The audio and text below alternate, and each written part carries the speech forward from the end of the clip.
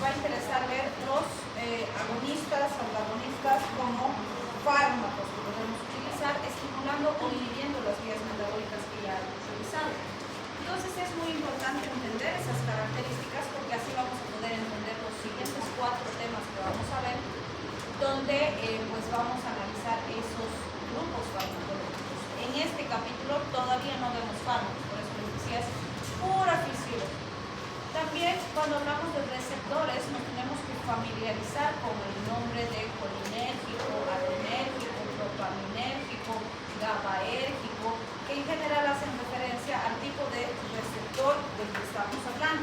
Además pueden haber sinónimos, y si no sabemos los términos nos acabamos confundiendo. Por ejemplo, si yo les digo, este es un colinolítico, ¿qué significará? Que es antagonista de la acetilcolina, ¿sí? Si les digo es un colinomimético, es agonista de la acetilcolina, ¿sí? Y si les digo es un parasimpático mimético, lo mismo, agonista de la acetilcolina o del parasimpático. Si les digo parasimpático lítico, igual. Si les digo adrenolítico, adrenomimético, son términos que significan lo mismo, aunque no se parezcan. Entonces tienen que familiarizarse con todos, porque un autor les va a decir un término, otro autor les va a decir otro término para decirles lo mismo. Y si no saben los términos, se van a confundir, ¿sí? El mismo Katsum en un lugar les va a decir adrenomimético y en otro les va a decir simpático mimético. Y es lo mismo, ¿sí? Entonces tienen que familiarizarse. Bien, de este gráfico que hemos visto, entonces estaríamos hablando de la actividad, ¿no?, sobre los nicotínicos en el parasimpático y en el simpático a nivel preganglionar, alfa beta en el simpático a nivel postganglionar y muscarínicos en el simpático a nivel postganglionar. Esta es la vía metabólica de síntesis de la acetilcolina. Eso no hemos visto todavía, ¿no? Pero en fisiología seguro que ya la han visto. Entonces, fíjense, sabemos que las mitocondrias sintetizan acetilcoenzima A. La acetilcoenzima A se asocia con un fragmento de colina para formar acetilcolina, ¿sí? Y se produce como producto intermedio coenzima A que va a regresar a la mitocondria para nueva síntesis y la acetilcolina se va a encapsular en vesículas. Obviamente aquí por fines didácticos estamos poniendo una acetilcolina en la molécula, ¿sí?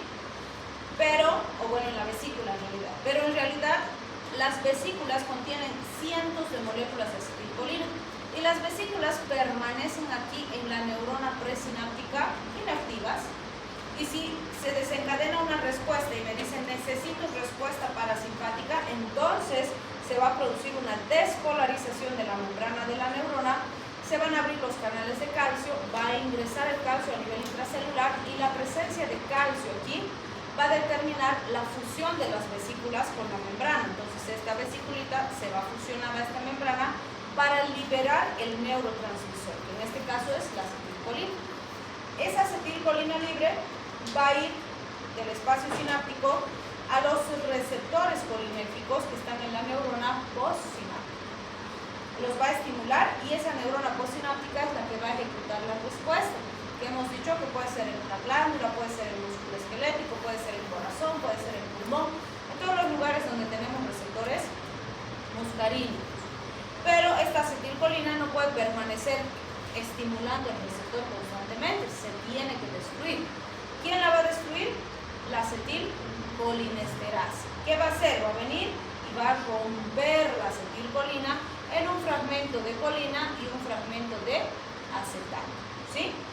La colina va a recaptarse a la neurona presináptica para nueva síntesis y el acetato se va a eliminar del organismo. ¿Para qué nos interesa conocer estas vías metabólicas? Porque fíjense, existen lugares donde van a actuar distintas sustancias químicas, entre ellos fármacos, tóxicos, venenos, drogas, etc. Y pues nos interesa entender cómo usarlos para el beneficio del paciente o cómo contrarrestar su efecto para estabilizar a un paciente.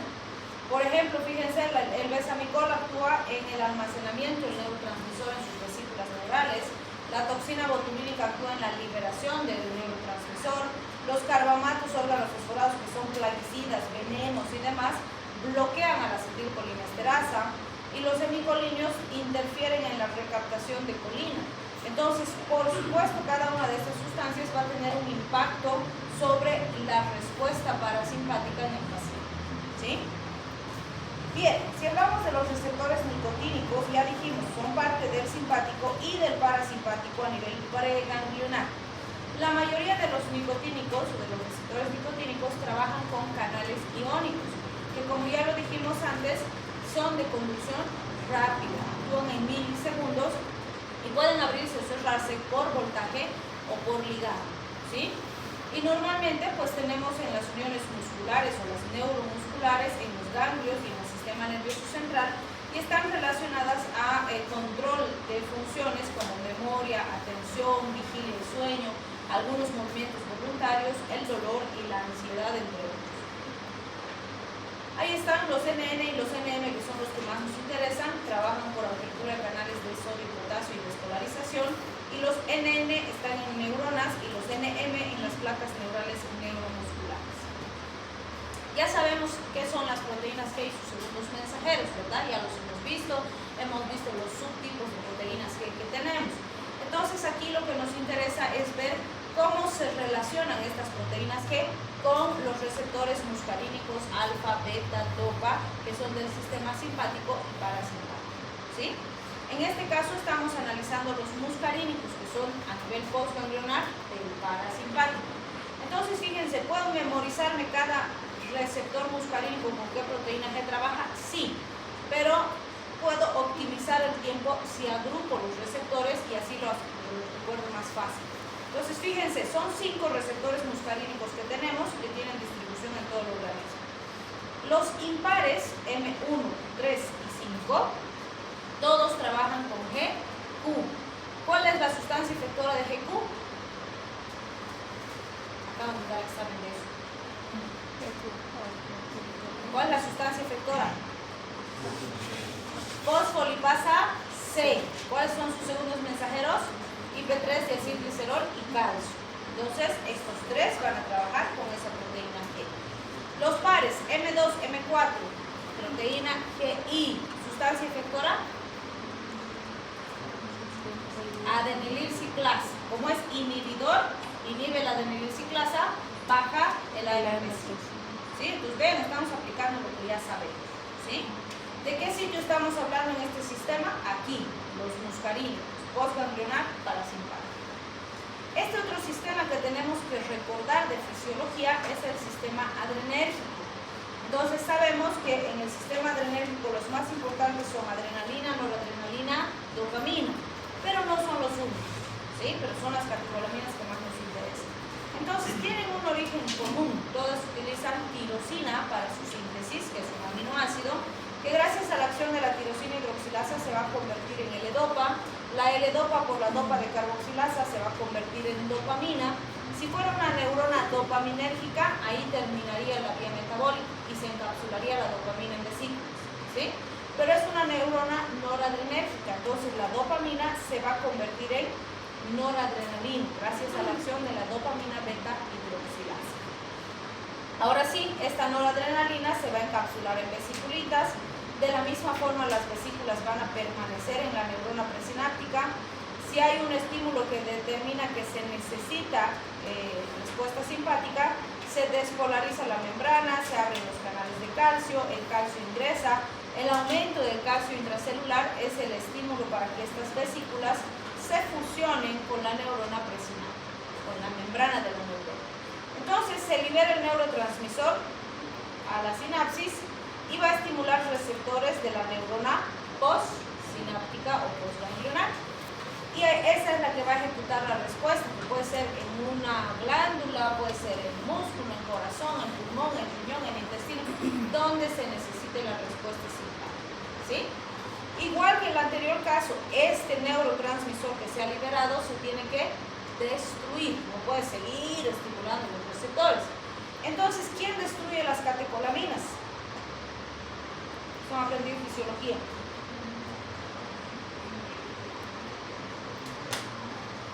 ¿Quién es?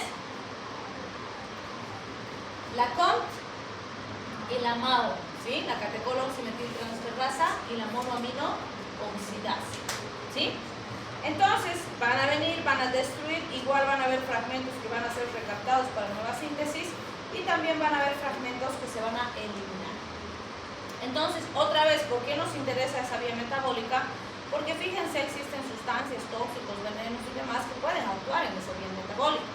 Por ejemplo, la metirosina actúa en la tirosina hidroxilasa, la reserpina en la encapsulación del neurotransmisor en sus vesículas, el retirio y la guanetidina en la liberación del neurotransmisor, la cocaína y los antidepresivos tricíclicos en la recaptación, ¿sí? Entonces, fíjense, por ejemplo, se presta muy bien para hacer una comparación. La cocaína es una droga de abuso, ¿sí? Y el antidepresivo tricíclico es un fármaco. Pero los dos hacen exactamente lo mismo, ¿sí? Los dos evitan la recaptación. ¿Qué implica eso? Si yo evito la recaptación, voy a hacer que la catecolamina, en este caso la noradrenalina, permanezca más tiempo estimulando los receptores. ¿Qué le va a pasar al paciente?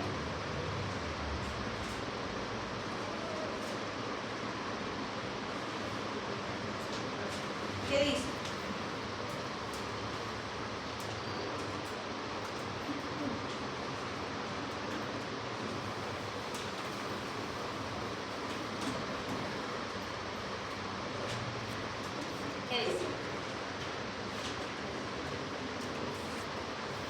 Va a tener un efecto psicoestimulante porque es activación del simpático, ¿sí? Entonces, fíjense, si un paciente snifa cocaína, normalmente está en su homeostasis, no está enfermo, no tiene ningún problema de salud, vamos a decir, en ese momento, y cuando snifa la cocaína, esto genera una sobreestimulación de los receptores simpáticos. ¿Qué le pasa al paciente? Va a estar más psicoestimulado, más despierto, más alerta, puede estar ansioso, nervioso, puede ponerse violento, agresivo, pero va a estar más activo porque se va a exacerbar el simpático, ¿sí? En cambio, un paciente que está deprimido, ¿cómo está? Que solo quiere dormir, no quiere comer, no quiere estudiar, no quiere salir, no quiere vivir, no quiere hacer nada, está triste, deprimido, como decimos, ¿no? Entonces, el paciente que está deprimido, al que le voy a dar antidepresivos, está fuera de la homeostasis, está con su nivel funcional por debajo de lo normal. Cuando yo le doy el antidepresivo tricíclico y hago que el neurotransmisor estimule más los receptores, estoy intentando subir el estado de ánimo del paciente, que tenga ganas de comer, que tenga ganas de estudiar, que tenga ganas de hacer algo, que no esté ahí nomás bajoneado y sumiéndose más en su depresión, ¿sí? Entonces, fíjense, dependiendo del estado inicial del paciente, dos sustancias que actúan exactamente en el mismo lugar pueden tener efectos muy diferentes, porque en el primer caso el paciente estaba en la homeostasis y con el consumo de la droga está saliendo de la homeostasis, ¿sí? En cambio, en el segundo caso el paciente estaba fuera de la homeostasis y al darle la sustancia mi objetivo es acercarlo a la homeostasis para estabilizarlo, ¿sí? Bien. El mismo ejercicio que hemos hecho con el muscarínico, me interesa saber con qué proteínas que van a trabajar estos sistemas. Entonces siempre les digo, de alfa tenemos alfa 1, alfa 2, de beta tenemos beta 1, beta 2, beta 3 y si los agrupo me acuerdo más fácil. Entonces los alfa, fíjense, si los relaciono con los muscarínicos ya sé. Porque hemos dicho muscarínicos impares, GQ, pares, GI, lo mismo, ¿sí? Entonces si trabaja GQ, fosfolipasa C, IP3 y acilglicerdorcacio. Trabaja GI, adenilciclasa, AMP cíclico. Como es inhibitoria, baja, ¿sí? Y todos los betas son GS. ¿Qué puedo decir? Lo contrario de GI, aumenta la actividad de adenilciclasa, aumenta la AMP cíclico. ¿Ya está? Ya me lo sé, ¿sí? Entonces solo aplico lo que ya sé de autor. Acá hablamos de la dopamina. Ya hemos visto, esto ya lo hemos visto al hablar del sistema anterior. Entonces, fíjense, de la tirosina sintetizo L-dopa, de la L-dopa se vuelve dopamina, la dopamina se encapsula, se libera cuando hay el estímulo y el ingreso de calcio, estimula receptores postsinápticos y después se destruye por la COMT y la MAP. Entonces, de la misma forma que en el anterior caso, me interesarán saber esos puntos para ver cómo puedo estimular o inhibir este sistema.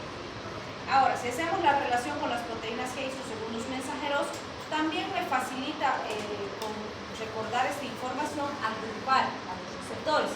De DOPA tenemos 5 tipos de receptores diferentes, DOPA 1, 2, 3, 4 y 5. Van a ver que hay autores que nos hablan efecto DOPA 1, efecto DOPA 2, y uno dice, pero y el 3, y el 4, y el 5, ¿no? ¿Por qué hacen esto? Porque realmente si sé el efecto DOPA 1 y DOPA 2, sé todos los efectos. ¿Por qué? Resulta que DOPA 1 y DOPA 5 tienen misma distribución, mismo efecto, y DOPA 2, 3 y 4, misma distribución, mismo efecto. Por lo tanto, si sé 1 y 2, sé todos. ¿Sí? Y por eso es que los agrupamos así. Fíjense, DOPA 1 y DOPA 5, si tienen dos extremos, trabajan con GS, G estimulante. Pues, ¿qué hacen? Aumentan adeniliziclasa, aumentan adenosina. 2, 3 y 4 trabajan con G inhibidores. Entonces, ¿qué hacen? Disminuyen adeniliziclasa, disminuyen la medicina. ¿Sí? Otra forma fácil de recordar esta información es esta que tenemos aquí. Y siempre les digo, fíjense, la mayoría son negativos, pesimistas, ¿no? Queremos hacer algo, no queremos. ¿Por qué? Les decimos, ¿por qué no? Pues la mayoría son negativos, inhibidores. Y la minoría son positivos, activos. Entonces, si les resulta más fácil recordar así, pues está bien. Aquí 1 y 5, aquí 2, 3 y 4. ¿Sí? Bien, todo este recuerdo fisiológico es para recordar esta que es la parte más importante, que es la relación de efectos en los órganos más importantes, considerando algunos elementos relacionados al simpático y parasimpático. Por supuesto que no es todo lo que hay, ¿sí? O sea, no son todos los efectos, pero es lo más grueso, podríamos decir, o lo más pesado, y lo mínimo que ustedes deben recordar, ¿sí? ¿Por qué? Porque con esto vamos a trabajar en los 4 temas siguientes. Entonces es lo más básico de fisiología que se tiene que acordar. ¿Sí? Bien, en ojos, ¿quién produce miosis y quién produce midriasis? ¿O el parasimpático produce miosis o midriasis? Miosis el parasimpático y el simpático midriasis. No tienen que no saber esas cosas. Entonces fíjense, el parasimpático genera contracción del músculo circular del iris y contracción del músculo ciliar gracias a la acción de receptores M3 y produce miosis. ¿Sí? El simpático produce contracción del músculo radiado del iris y relajación del músculo ciliar, con lo cual produce midriasis. ¿Sí? A nivel cardiovascular, el simpático, sabemos, acelera todo, el parasimpático desacelera todo. Entonces, fíjense, ¿quién va a aumentar la contractilidad, la conducción, la velocidad de conducción auricular, nodo sinoauricular, nodo auriculoventricular, etcétera? El simpático. ¿Quién va a desacelerar, disminuir la contractilidad, disminuir la conducción en vasos, marcapasos, en el nodo sinoauricular, etcétera? El parasimpático. A nivel de la vasculatura, si les digo el simpático, ¿qué hace? ¿Qué me dicen? Vasoconstricción. Vasoconstricción, es el efecto más conocido del simpático, ¿sí? ¿Por qué? Porque la mayoría de los receptores predominantes en los vasos sanguíneos es alfa, ¿sí? Y la estimulación alfa es un potente vasoconstrictor. Y eso nos dice aquí, ¿cierto? El simpático produce vasoconstricción en piel, vasos esplágmicos, en varios vasos de músculo de fibra estriada. Sin embargo, existen algunos sitios particulares donde predomina beta. ¿Y beta de qué sistema es? ¿Simpático o parasimpático? Simpático, sigue siendo simpático, pero beta produce relajación de los vasos. Entonces, fíjense, alfa es vasoconstrictor, beta es vasodilatador, pero los dos son simpáticos. ¿Por qué predomina entonces la vasoconstricción cuando tengo efecto simpático? Porque hay más receptores alfa distribuidos en los vasos que beta. ¿Sí? Entonces, detalles que no se tienen que olvidar. Ahora, si hablamos del parasimpático, ¿qué va a producir en el endotelio? Vasodilatación, pero no es una vasodilatación directa, sino que es una vasodilatación mediada por la liberación del factor relajante derivado del endotelio. Se libera ese factor y ese es el que va a producir la vasodilatación. ¿Sí?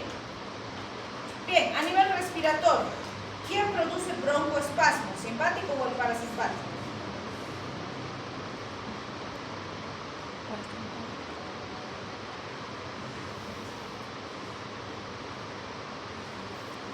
¿Qué dice?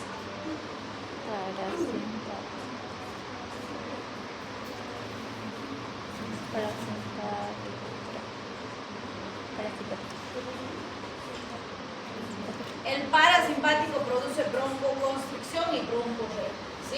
Y el simpático produce broncodilatación y disminución de las secreciones bronquiales. Entonces, básico que no se puede manejar, ¿sí? A nivel digestivo, las secreciones y el músculo nos interesa, y en el músculo nos interesan las paredes y los esfínteres, que fisiológicamente hablando son opuestos, ¿vale? Es decir, si la pared se contrae, el esfínter se relaja. Si la pared se relaja, el esfínter se contrae. ¿Por qué?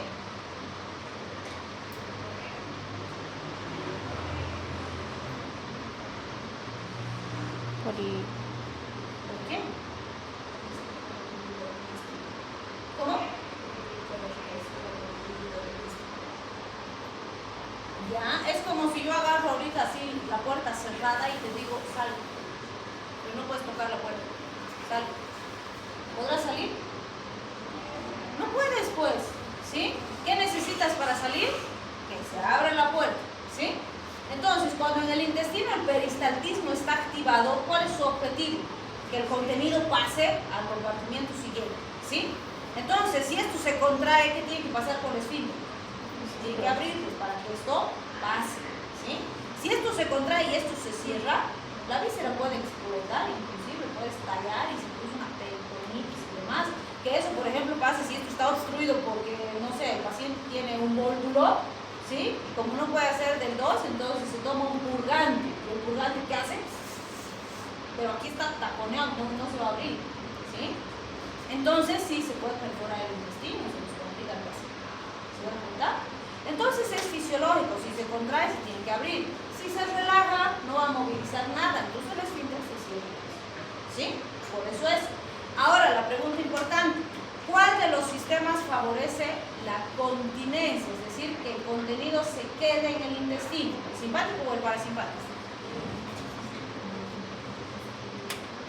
Vale decir, ¿cuál de los sistemas hace que se relaje el músculo y se cierre el esfínter? El simpático favorece la continencia. El parasimpático, la digestión, que pase el contenido. ¿Sí? Y por supuesto el parasimpático va a ir acompañado del aumento de secreciones. Que si hay movilidad va a haber más secreciones para facilitar la movilidad. ¿Sí? Bien. Siempre les digo, si sabes gastrointestinal, sabes genitourinario, porque el principio es el mismo. Músculo, esfínter. Solo que aquí es el detrusor y el trígono. ¿Sí? ¿Quién favorecería contracción del detrusor y apertura del esfínter? Vale decir, la micción. Parasimpático. El simpático hace que el detrusor se relaje y que el esfínter se cierre. ¿Qué hace el parasimpático? Contraer el músculo y abrir el esfínter para que salga la orina. ¿Sí? Entonces, ¿quién facilita la micción? El parasimpático. ¿Sí? Entonces, ese ejercicio tienen que hacer. ¿Qué pasa en el útero? El simpático es mixto. Puede producir, o sea, varía el efecto dependiendo si estimulamos beta o alfa. Si estimulo beta, el útero se relaja. Si estimulo alfa, el útero se contrae. Porque esto es importante. Si mi pacientita está embarazada, tengo que tener mucho cuidado con la selectividad del receptor. ¿Sí? Si está embarazada, de hecho, voy a usar beta para evitar un aborto o un parto preterno. Pero si está embarazada, jamás le voy a dar un fármaco que actúe en alfa, porque le puedo inducir un aborto, ¿sí? O un parto preterno. En cambio, el parasimpático todo es contracción, produce contracción intensa y puede hacer que se evacúe el contenido intrauterino. ¿Sí? Bien, en el pene y las vesículas seminales vamos a ver que el simpático favorece la eyaculación y el parasimpático la erección. Entonces aquí siempre les digo, no me han enseñado sus compañeros un mnemotécnico. ¿Cómo era? El parasimpático para y el simpático dispara, ¿no? Entonces así nunca más se van a olvidar. Yo siempre me acuerdo. Bien, ¿qué pasa en la piel? Vamos a ver que en el músculo de las fibras lisas pilomotoras existe piloerección, contracción, ¿sí? ¿Quién va a producir eso? El simpático. Cuando nos ponemos nerviosos, ansiosos, nos asustamos, ¿no? Claro, como no tenemos mucho pelo algunos, entonces no se nota mucho, ¿no? Pero los gatitos han visto cómo se asustan, como plumeros se ponen, ¿no? Entonces es activación del simpático, ¿sí?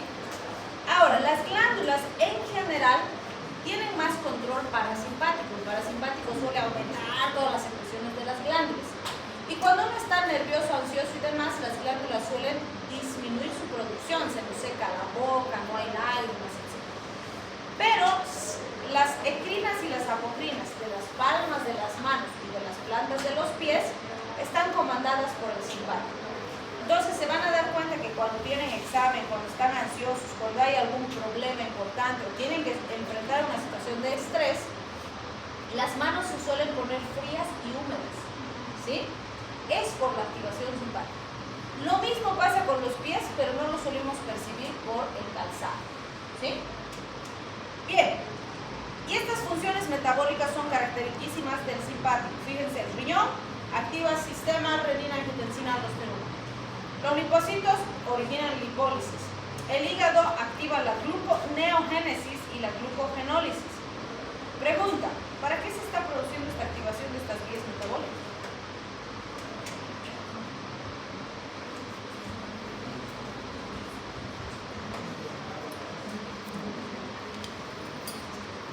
Estamos preparando al organismo para responder en situaciones de estrés, ¿sí? Entonces, la activación del sistema, ¿qué va a hacer? Va a redistribuir el flujo sanguíneo, va a subir la presión arterial y va a movilizar la sangre a donde necesita, ¿sí? La lipólisis va a movilizar fuentes alternativas de energía por si las necesito. La glucogenólisis va a movilizar mis reservas de glucógeno para proporcionarme glucosa para utilizar rápidamente. Y la gluconeogénesis va a usar vías alternativas por si me falta glucosa, ¿sí? Entonces, vean, todo eso se está activando cuando hay activación simpática. Bien, y este grafiquito que les muestra el cápsula nos dice, en cualquier circunstancia que tú salgas de tu homeostasis, tu organismo tiene la capacidad de regresar a la misma sin que tú siquiera lo pienses, ¿sí? Además, recordamos que nosotros tenemos una homeostasis dinámica. Nuestra homeostasis no es estática, o sea, no están siempre igualitos, ¿no? Si ahorita yo les digo, ya párense, vamos a saltar, y empezamos a saltar, su homeostasis va a cambiar. O por decirles, qué sé yo, bajan las gradas corriendo porque tienen hambre y quieren volver antes de la siguiente clase al curso y van corriendo y demás, va a cambiar, se va a acelerar su corazón, van a respirar más rápido, pero no están enfermos, ¿sí? Y su organismo se ha adaptado a responder a esa situación de ese momento y después cuando se sienten y ya estén quietitos en su pupitre, va a regularse para volver a la condición anterior, ¿sí? Entonces, siempre que yo salgo de ese equilibrio, mi organismo me regresa a la condición basal, ¿sí? Y por eso me dice, mira, si la presión arterial media, en este caso, ha disminuido, ¿qué va a pasar? Los vasoreceptores van a captar esa disminución de la presión arterial media y le van a mandar esa información al centro vasomotor. Le van a decir, hey, centro vasomotor, bajó la presión. Y él va a decir, ok, voy a activar un mecanismo de respuesta. ¿Quién creen que se activa, el simpático o el parasimpático? ¿Quién se activará? El simpático, ¿no es cierto? Porque ha bajado la presión. Entonces, ¿qué va a hacer el simpático? Va a aumentar el tono venoso, la potencia contráctil, la frecuencia cardíaca, la resistencia. ¿Para qué? Para aumentar el retorno venoso, el volumen sistólico, el gasto cardíaco y por lo tanto subir la presión arterial. Pero fíjense, no es lo único que va a pasar, sino que al mismo tiempo que el vasoreceptor ha captado esa disminución, también las arteriolas aferentes del aparato interglomerular en el riñón han captado la disminución. Y también han activado una respuesta y han activado el sistema renina-angiotensina-aldosterona. ¿Qué hace el sistema renina-angiotensina-aldosterona? Aumenta la bulimia, aumenta el retorno venoso, sube el volumen sistólico, sube la resistencia vascular periférica, aumenta el gasto cardíaco y también contribuye a subir la presión arterial media. Ha vuelto la presión arterial media a su parámetro normal, entonces le manda señal a los vasoreceptores y a las arteriolas aferentes y le dicen, ok, estamos normales, no necesitan activarse más. Y se inactiva, ¿sí? Y fíjense, todo eso se produce sin que nosotros lo pensemos. Yo no necesito racionalizar eso. Se va a producir automáticamente. Y lo mismo pasa con mi control glicémico, con mi liberación de hormonas, con el apetito, con todas las vías metabólicas y fisiológicas de mi organismo, ¿sí? Así de maravilloso es el autor. Entonces, si esto funcionara perfectamente bien siempre, no tendríamos pacientes enfermos. ¿sí? No habría pacientes. Pero ¿cuál es el problema? Esto puede fallar. Y cuando esto no funciona bien y el paciente pierde la capacidad de volver a la homeostasis por sí mismo, tengo que intervenir con fármacos para acercarlo a la homeostasis. ¿Sí? Eso es lo que hacemos con los fármacos. Nuestro objetivo cuando le damos fármacos al paciente es tratar de acercarlo a la homeostasis, porque él solo no está pudiendo. ¿Sí? Se está manteniendo hipertenso, no está volviendo a la presión normal y eso trae consecuencias. Entonces, ¿qué hago con los antihipertensivos? Trato de acercarlo a la presión arterial normal. ¿Sí? Entonces, siempre les digo aquí, no hay mal fármaco, hay mal uso del fármaco. ¿Sí? Lo mejor que podemos hacer siempre con nuestros pacientes es no darles fármacos, porque todo fármaco, hemos dicho, tiene riesgo. Ningún fármaco está exento de riesgo. Lo mejor que puedo hacer es no darlo, pero si el paciente lo necesita, porque sin fármaco no lo vuelve a su homeostasis, le voy a dar fármaco. Riesgo, beneficio. ¿Sí? Y cuando le doy, tengo que ser vigilante y muy cuidadoso con el paciente, porque sé que tiene consecuencias también el fármaco. ¿Sí? Entonces, eso es lo que hacemos en farmacología. Hasta aquí, el contenido temático es más sencillo. Recomendación, sí. Las notas están bastante bien en general. ¿Sí? Hay notas bastante buenas, hay notas regulares y pocas están maluquitas, pero no están lejos, son muy recuperables. Entonces, el rendimiento en general ha sido bastante bueno. Estoy contenta con su rendimiento, pero no se confía. ¿Sí? No necesitamos el efecto de que, sí, no había sido tan difícil, fármaco, pucha, me ha ido. Y en el segundo parcial de cara. ¿Sí? Entonces, no se confíen. Número uno, les he dicho desde la primera clase, el primer parcial es el más sencillo que hay. Y hemos visto solo 4 temas. ¿Sí? Entonces, no es complicado el primer parcial.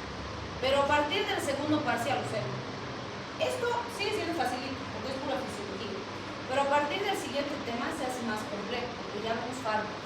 Todo lo que hemos visto en generalidades, vamos a empezar a aplicar a fármacos. Vamos a ver dosis, aplicaciones clínicas, mecanismos de acción, la cinética, la dinámica de cada grupo farmacológico.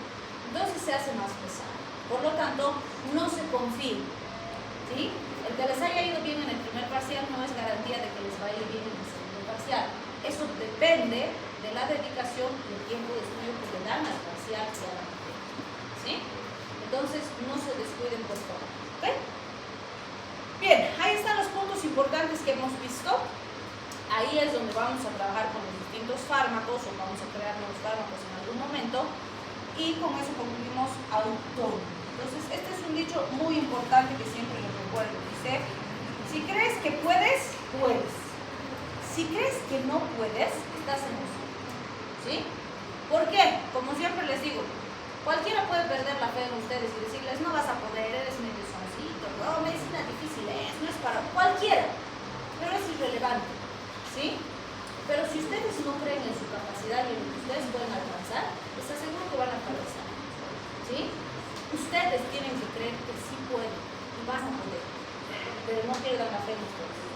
¿Sí? Muy bien, descansito.